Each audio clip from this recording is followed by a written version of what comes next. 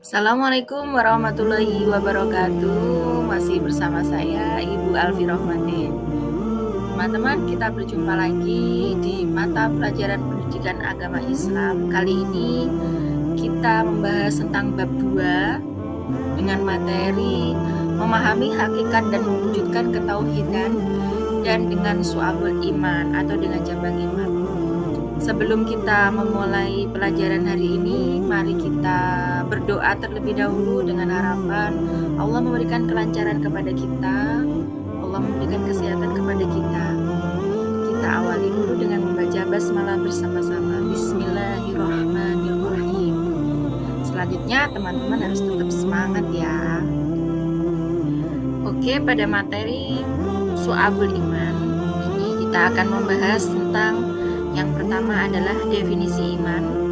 Kemudian yang kedua adalah definisi dari su'abul iman sendiri. Kemudian yang ketiga kita membahas tentang cabang-cabang su'abul iman. Yang keempat, implementasi su'abul iman dalam kehidupan sehari-hari. Dan yang terakhir adalah hikmah su'abul iman. Dalam mempelajari tentang su'abul iman, yang pertama kita pelajari adalah kita mengetahui tentang definisi iman. Kata iman secara bahasa berasal dari bahasa Arab dari kata dasar amana yu'minu imanan yang berarti beriman atau percaya. Adapun definisi iman menurut bahasa berarti kepercayaan, bisa juga keyakinan atau ketetapan atau bisa juga keteguhan hati. Menurut istilah iman adalah membenarkan dengan hati, mengucapkan dengan lisan, dan dilaksanakan dengan anggota badan atau perbuatan. Definisi su'abul iman adalah cabang-cabang iman. Iman memiliki 77 cabang dan di setiap cabangnya merupakan pekerjaan yang dilaksanakan oleh setiap muslim yang mengaku beriman kepada Allah. Jikalau kita mengaku bahwa diri kita ini seorang muslim yang percaya atau beriman kepada Allah, maka kewajiban kita adalah melaksanakan dari ke-77 cabang iman. Ke-77 cabang iman atau pekerjaan itu apabila kita lakukan seluruhnya, maka sempurnalah iman seseorang. Begitu sebaliknya, apabila ada yang kita tinggalkan, berarti satu berkurang ketebalan iman kita. Sebelum kita melanjutkan ke cabang-cabang iman, terlebih dahulu kita paparkan beberapa pendapat ahli hadis yang telah menuliskan tentang syu'abul iman atau cabang-cabang iman. Di antaranya ada Imam Baihaqi yang telah membuat kitab yang berjudul Syu'abul Iman. Kemudian ada Abu Abdillah Halimi yang telah membuat kitab yang berjudul Fawaidul Minhaj. Kemudian ada Syekh Abdul Jalil dengan kitabnya yang berjudul Syu'abul Iman. Dan yang terakhir ada Imam Abu Hatim dalam kitabnya yang berjudul Fashul Iman wa Syubhuh. Para ahli hadis menjelaskan dan merangkum ke-77 cabang iman menjadi 3 kategori hadis sebagai berikut. Iman adalah mengetahui dengan hati, diucapkan dengan lisan, dan diwujudkan dengan amal perbuatan. Oleh karena itu, dimensi dari keimanan itu menyangkut 3 ranah, yaitu tasdikun bil qalbi, meyakini dengan hati, ikrarun bil lisan, diucapkan dengan lisan, dan a'malun bil arkan, mengamalkannya dengan perbuatan atau dengan anggota badan. Berdasarkan pengelompokan tersebut, maka dimensi syu'abul iman dibagi menjadi 3 bagian yang meliputi niat, akidah, dan hati atau lisan atau ucapan dan seluruh anggota badan. Kita lanjutkan ke cabang-cabang iman. Seperti yang sudah kita sampaikan bahwa para ahli hadis merangkum ke-77 syu'abul iman atau cabang iman menjadi 3 bagian. Yang pertama adalah cabang iman yang berkaitan dengan niat, akidah, dan hati, atau bisa kita sebut dengan tasdikun bil qalbi.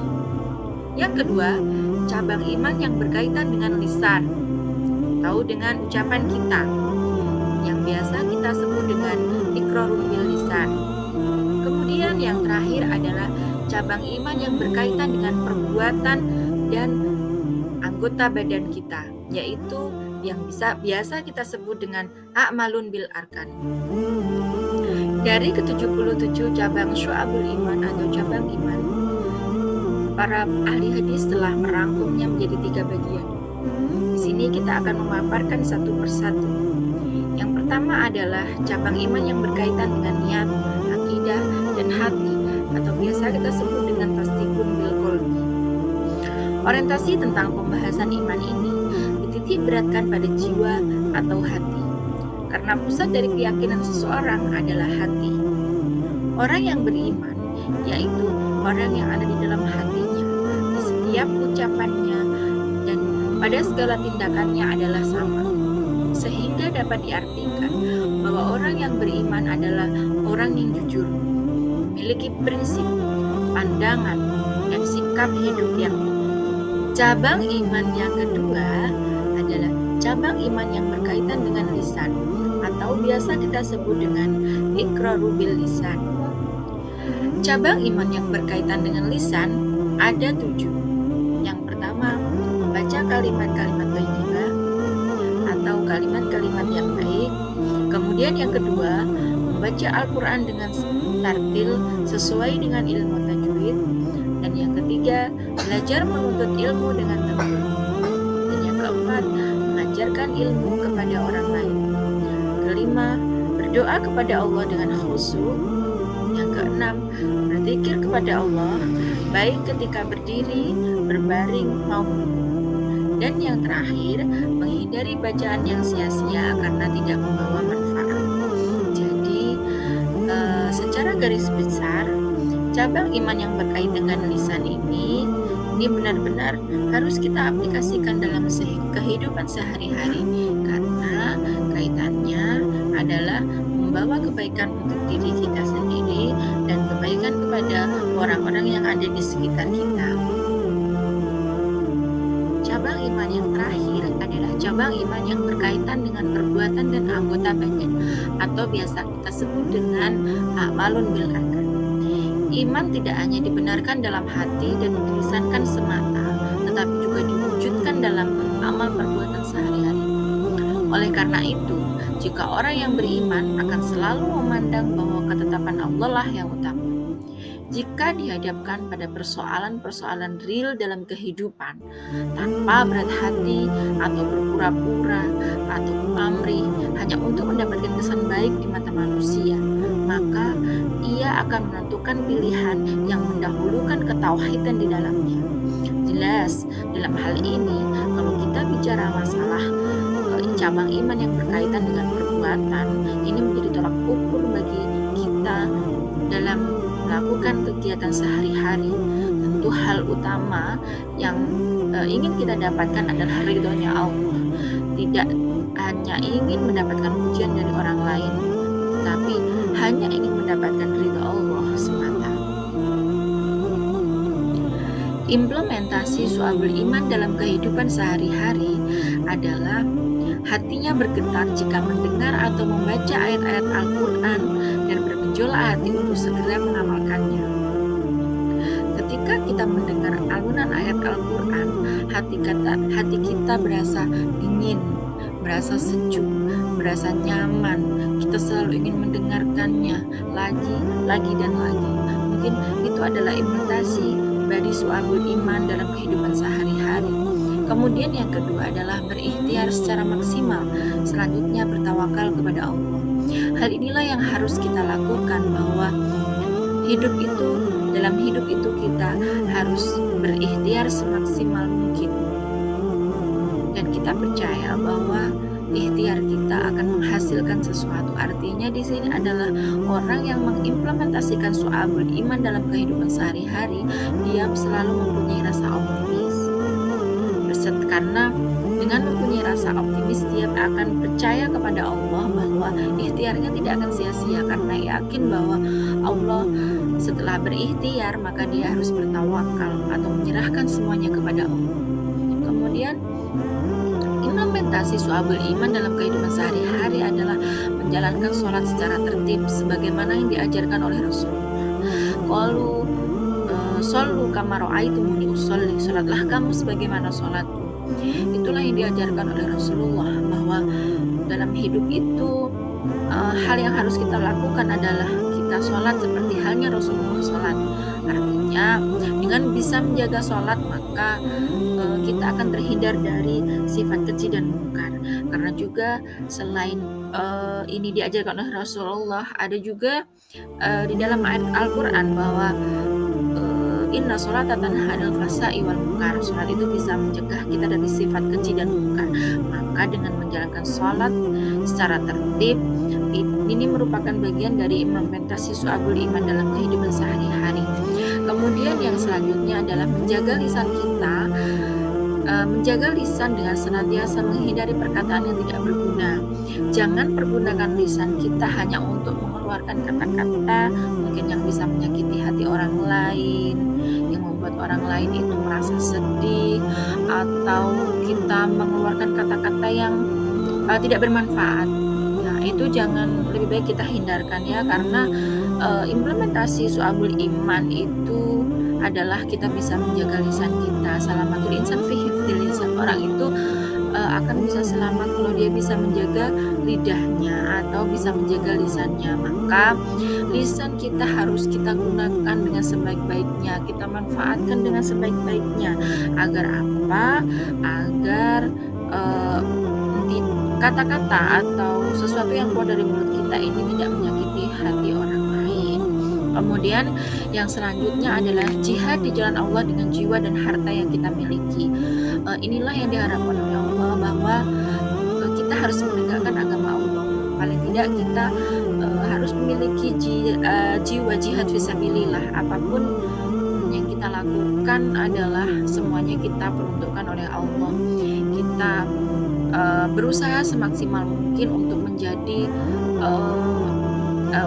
prajuritnya Allah, menjaga agama Allah, menegakkan agamanya Allah dengan segala upaya atau segala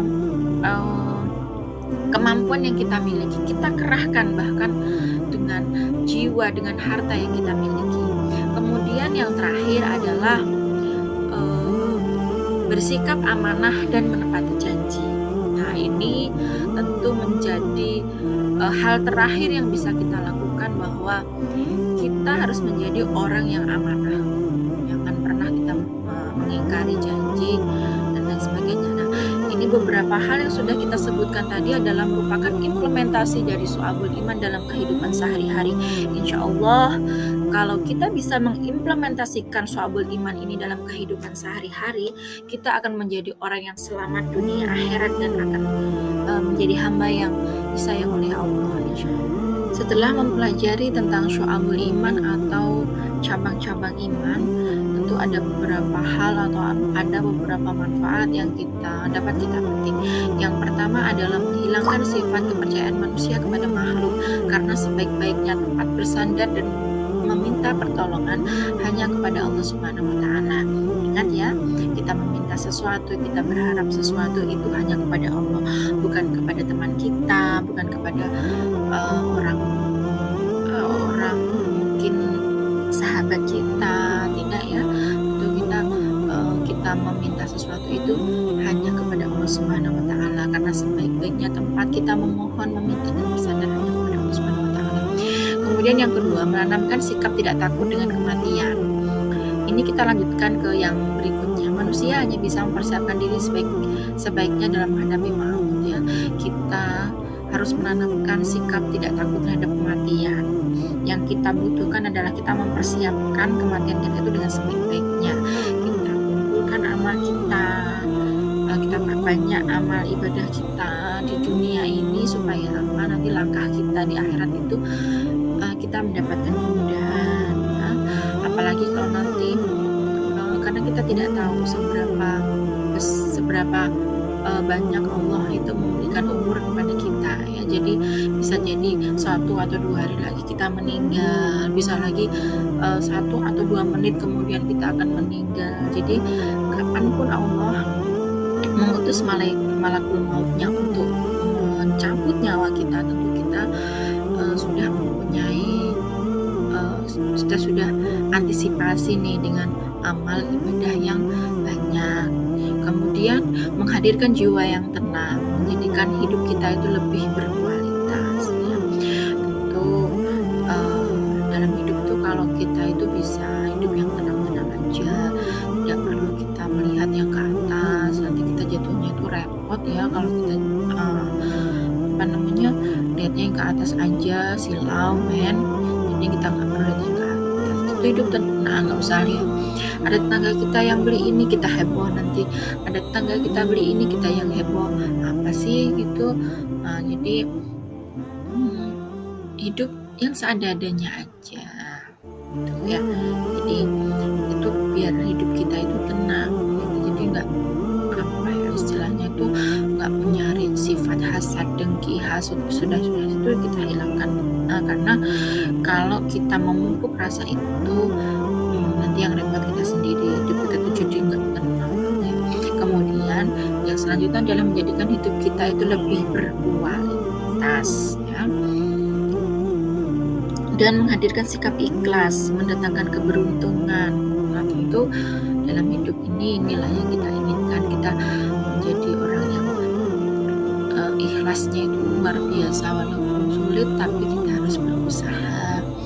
Apapun yang diberikan oleh Allah hari ini kita harus terima dengan ikhlas, kita jadikan pelajaran, kita jadikan motivasi ya.